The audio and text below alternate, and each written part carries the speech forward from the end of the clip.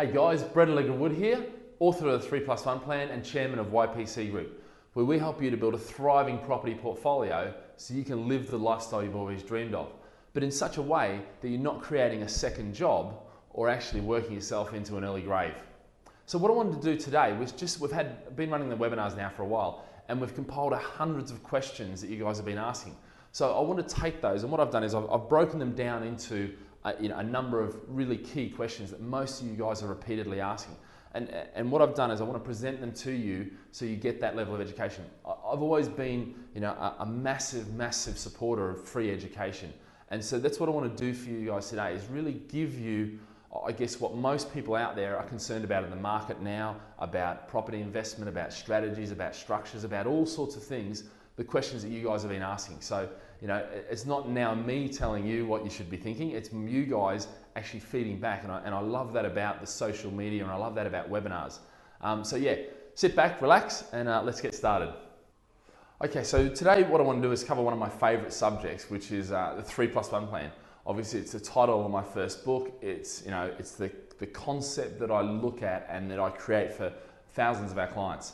And if you haven't read up on the 3+1 Plan, you're not exactly sure what it is, I'll go over it briefly, but I suggest you get chapter 1 of my book, 3+1 Plan, and actually have a read of that. It'll explain it all in detail. But the question today is the 3+1 Plan. What is the minimum value of the properties needed? Is there a minimum? Can I buy 3 60,000 properties, or do I need 3 600,000 pound properties? And really, just to step back and come to the 3+1 Plan, all the 3+1 Plan is this. By the time you retire, you want to have 3 investment properties plus your own home, all fully paid off, no mortgages, okay? And if you can do that, then you'll self-fund your pension, okay? So when I explain that, lots of clients, what they do is they say, well, hold on a sec, does that mean I need to go out and buy 3 600,000 pound properties? Or, what's the value? And the answer to that is it depends on your income expectations, all right? So if you've gone through your whole of your life on 25,000 pounds, then you're going to need a lot lower value property than if you're on £1 million, okay? So it's really important that you adjust to that. Now, if you're on £25,000 your whole life, then probably, unless you're going to change something, unless you're going to do something dramatic, you're probably not going to end up with £3 million houses. Okay, so what I want to do, I just want to take you through the numbers, and yeah, I know it's some mathematics, but hey, if you want to be a property investor and you want to be a very good property investor and a smart money property investor, then you've got to get good with the numbers. They aren't hard. There's some basic things you've got to work out, and when you work them out, actually you'll find they're very easy. So, it's really grade school mathematics that you need, but unfortunately most people, when they look at a board that looks like this, they think, whoa, hold on a sec, I'm not good at mathematics. Don't worry about it, it's very simple, okay? So, what I've done here is I've just put 3 income levels, so 25,000, 50,000 and 100,000. So what we're trying to do in having these 3 investment properties, okay, so we'll move the home to the side now, because the home paid off fully, we're going to live there, okay? We're not going to earn any rent off it, we're not going to earn any income off it. But what we need to do is we need to make sure that these 3 properties that we're going to have, okay, they will be fine and they'll actually pay for our income. So what we're trying to get to at the end is get back to these figures. But obviously this right now is earned income. You're going to work 40, 60 hours a week, plus you're probably traveling a bit, plus all the expenses in transport and things like that. That's earned income. We want to get as quickly as possible to the point where we have passive income. Now, one of the things with passive income, you're going to hear so many gurus speaking about passive income and cash flow positive. For the most part, what they're doing is they're using that as their sales pitch. That is their hype and BS, as I call it. You've got to be very careful. There's no doubt passive income is something you want to achieve, and it is something you want to go for. But I think it's a lot harder, not harder, it takes more time than a lot of people have you suggest. They'll have you, a £50,000 income off property in 1 year. Well, you can do it, and it's definitely something you can do, but you're probably going to have to work full time to do it. So for most people, that's totally not practical. For me, I work a 7 to 10 year program. And over the next 7 to 10 years, you continue with your lifestyle, you continue what you're doing, you keep your job, your own income, okay? You don't change anything, well, you do change anything, you change the way you think, and you do a few different things, which is to get a property portfolio. Okay, so coming back to this, so this is earned income here. This is your day job, if you like, okay?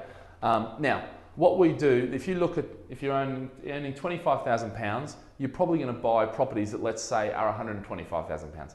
Now, look, you might get £150,000, you might get a £60,000 ones. It may vary, but for the mathematics, I'm going to keep them all at £125,000. All right. And if you're on 50,000, 300,000. If you're on 100,000, it might be £600,000. And these are the buy-to-let properties or the investment properties that you're buying. Okay, the value of them. Now, what you do, all simply 3 investment properties. So you've got 3 of these, all with no mortgages by the time you retire. All right. So 3 by 125 is 375. 300 by 3 is 900. 600 by 3 is 1.8 million. So this is the size of our investment property portfolio now. Okay. So what we need to do is we need to rent out of this. Now, we've got no mortgages on these because we're retiring now. We've paid the mortgages off. Great. So all the rent is ours to keep, and that's the important bit. So the rent on £125,000 property, I've just put 425. Look, it might be 375, it might be 450. It depends on the area. It depends on a whole range of factors. Okay, so I've just put 425. For a £300,000 property, 1,300. Okay, £600,000 property, 2,000. Now, I actually in the book give you an example of this. Okay, this same method or same mathematic formula, but I use my own personal properties and 3 properties that are in my personal portfolio. Okay, so what you've got, 375, 900, 1.8 million. Now, so the rent's here, okay, multiply them by 3 because we've got 3 of those properties. So what we're earning per month is 1,275, 3,900 and 6,000 per month. Now, if we multiply that by 12 months to give us an annual income, 15,300, yeah, 46,800 and 72,000. Now, realistically, you're not going to have to pay, it's still income, so you're still going to have to pay tax on that. You haven't got any expenses to offset it against because you've got no mortgage. Sorry, you have got expenses to offset it, maintenance and things like that and letting agents fees, all that, but you haven't got, the mortgage, which is obviously the big cost for most of us on a monthly basis. So what I do, and normally, and this is all based on 1/3 of a person's income, in other words, this person's income being spent in rent or mortgage. In this case, the rent is being paid to you. So what we do is we add 1/3 onto that. So if you multiply that by 2/3, or if you like, divide it, take that figure and press the divide sign on your calculator and put 0.666667, okay? Then what you'll come up with is £23,000. Now that's pretty close to the £25,000, all right? The £50,000, you'll see it's over. And you'll see the £100,000, it's over, okay? So this is, and I'll explain this in the broadest terms. This is theory, yeah? Practically, your property price is going to be more or less, your rents are going to be more or less, and this is very much a theoretical explanation of it. So when I put here theory, all right, it's all about owning those properties, paying the mortgage down to 0. So in order to do that, and I'm going to come to the practical in a second, because realistically, nobody and none of my investors actually listen to me and follow this exactly, and I'll explain why very soon because it's very important. Okay. So in order to do this and succeed at the 3+1 plan, we need 2 things that we need to do. First of all, we need capital growth. So we're buying this £125,000 property in the hope that it's going to go up over time, and in the hope that the rent we receive is going to go up over time. All right, that's vital. That's the key to. If property didn't have that about it, the capital growth element, okay, it wouldn't be as appealing as it is. Now, the other side is once you've got the capital growth and you've got the 3 properties, how do you actually pay them off? You pay them off through mortgage minimisation. Now, this is if you're just doing a pure 3+1 plan theoretical application, okay? You're going to buy them, and then what you're going to do is you're going to have enough, let's say you have enough to buy 1 property, you buy that, you wait for it to go up, you then take that equity, buy another one, so you've now got 2, they go up, take that and buy 3. At that point, you've got your 3 properties. Technically, you can stop there, all right? Nobody does, and I'll explain why in a sec. But what you then do is then focus on mortgage minimisation. So you focus on getting the cheapest rates. You focus on knowing when to fix your rate versus leave it as a variable or tracker. You focus on paying more money in, focusing the payments onto one of these properties and paying them down. You try and get the rent up as high as you possibly can. You might renovate the property so you get more rent. So there's a number of things you can do to pay the mortgage off. Okay, so that if you were just doing theory, fantastic. but nobody does, okay? Nobody does. I haven't got a single client in the years that I've been doing it, this is 15 years coming up now, in fact longer than that I've been doing this. Nobody actually ever achieves the 3+1 plan as I say it. But what they do, because what they understand is that once they get to 3 properties, a lot of the emotions, okay, and I keep coming back to emotions. I can't tell you how important they are.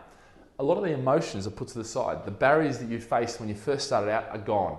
Now you're starting to think like an investor. You're starting to invest like an investor. You're starting to look at the numbers rather than the fear, okay? And when you get to that level, at that point you go, hold on a sec.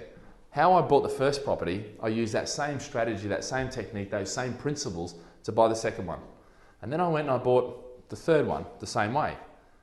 Why should I stop there? And you get to that point where you go, actually, why would I stop at 3? Let me do 4, and let me do 5, and let me do 6. And what I talk about is this 7 to 10 by 7 to 10 year. So the idea is that rather than having 3+1 properties with no mortgages, you have 7 to 10 properties, with mortgages. And the other 7 to 10 here is about buying them and holding them. So you want to buy 7 to 10 properties and hold them for 7 to 10 years. You do that, you get the capital growth. And actually, if you get that capital growth over a long enough period of time, you don't need to worry about mortgage minimisation. In actual fact, one of the beautiful things about being a property investor, and this is, most people don't even realise this, is that because we live in an inflationary society, right now inflation is at 5.4%, and actually, whether low inflation is 2 or 3, okay, realistically, the inflation is going to pay down the debt. So if you think about it, if you had an £80,000 mortgage back 25 years ago, you'd be looking at that mortgage thinking, how am I ever going to pay that off? That's like 5 years, 10 years of income, okay? But then all of a sudden, 25 years later, £80,000 is actually not much of a mortgage, all right? Now, what that is, and the reason that has changed is because of inflation. And that is one of your biggest tools. And that's why I say, don't focus on the mortgage minimisation. Theoretically, it might sound good, paying the mortgage down. And emotionally, we're trained to say you've got to pay the mortgage off. Now, I'm all for paying your home mortgage off. But let's face it, you pay your buy-to-let mortgages off, what happens? Well, your rent is here, your mortgage, which was there, now gets paid down to here. Now you're paying tax on this much rather than this much, and that is a real problem, because obviously you're just going to pay money that you earn, that you could be keeping, and you could be using to your advantage, because there's definitely ways through remortgaging and a whole range of things that you cannot pay that tax, and it's totally legal. It's not tax evasion, it's tax avoidance, okay? But for most people, they hold on to this emotional, but I want to pay the mortgages off, and it costs them money they don't need to spend. But guys, so we've got the theory, we've got the practice. Most clients, get to here, and when they get to those 3 properties, that's when they say, no, let's do 4, let's do 5, let's do 6, let's do 7. And because of some of the other principles we talk about in building our portfolios, and they're all in the book, The 3+1 Plan, and also my second book, which is the emotional intelligent ones. It talks about all the emotions, okay?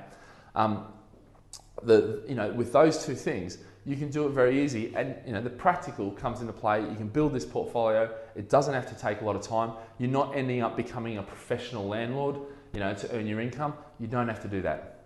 What that does then, it frees up this income over here, which isn't earned income, is passive income for the most part. You've got to put a little bit of work in. You've got to check your bank accounts and all that each week, and make sure you're getting paid rent and a few things like that. But actually, the amount of time you put in versus the lifestyle you can have is amazing. So guys, I'm sure you found that information really valuable. The first step really now is that you need to get a plan. You need to actually, work out exactly how you're going to put this in place. So what I encourage you to do is come in and sit down with us, talk to us, grab a coffee with us. And what we can do is we can actually start mapping out what your plan is. Guys, I'm looking forward to meeting you real soon at either one of our webinars or perhaps a seminar, or if you come to one of our offices around the world. Have a great day, and remember, live with passion.